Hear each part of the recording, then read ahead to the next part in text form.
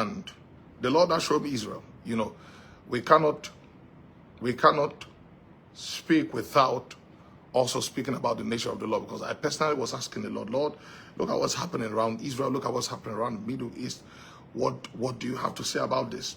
Now, what we are seeing today in Israel is not strange. These things have been prophesied about by the prophets of Israel a lot of years ago, hundreds and thousands of years ago.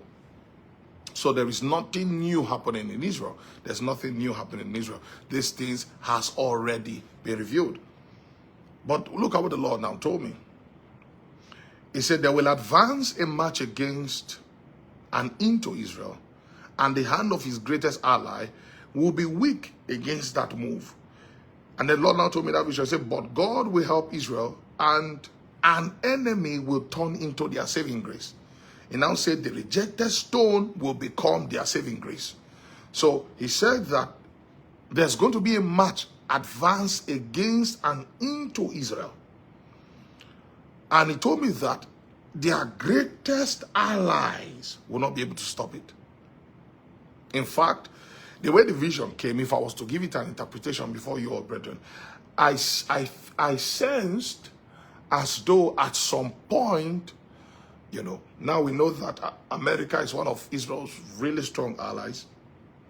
And we know why, you know, it's not because of any religious sentiment. We know why America is strongly behind Israel, however, a part of America now. But I saw as though, if I was to interpret it from my own perspective, it felt as though America was betraying Israel. That's the best way I can put it. You know, like America was betraying Israel. You see, then at some point, the betrayal was revealed, and may God give us understanding. However, the Lord says this. He said, God will help them, and an enemy will turn into their saving grace, and the rejected stones will become their saving grace. So I would say this way, the way I sensed it when this word was coming. God is going to help Israel through Christians, through the same Christians that, you know, Israel seems to have casted aside, the same Jesus Israel seems to have casted aside. I sense as though God is going to help Israel using the rejected stone. God is going to help Israel. Now, that's the interpretation I'm getting from this enemy.